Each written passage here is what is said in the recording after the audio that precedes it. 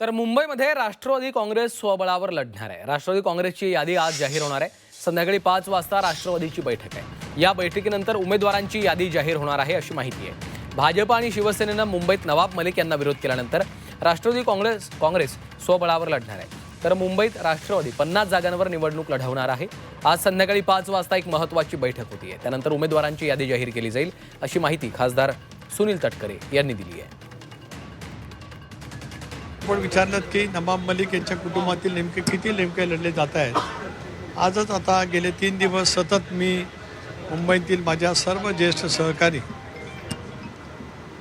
माझे आमदार, पक्षाचे कार्यकारी अध्यक्ष, साई जिल्ह्याचे अध्यक्ष, महिला अध्यक्षा यांच्याजवळ चर्चा त्या ठिकाणी केली। काही प्रमुख सहकाऱ्यांची चर्चा केली। उमेदवारी ज्यांना लढवायची आहे अशा इच्छुक उमेदवारांशी सुद्धा मी चर्चा केली। राष्ट्रीय अध्यक्ष अजितदादा, उपमुख्यमंत्री, त्याचबरोबर कार्यकारी अध्यक्ष प्रफुल्लभाई यांच्याजवळ चर्चा करेन आणि कदाचित आज संध्याकाळी एक पहिली यादी राष्ट्रवादी काँग्रेस पक्षाची जाहीर होऊ शकते।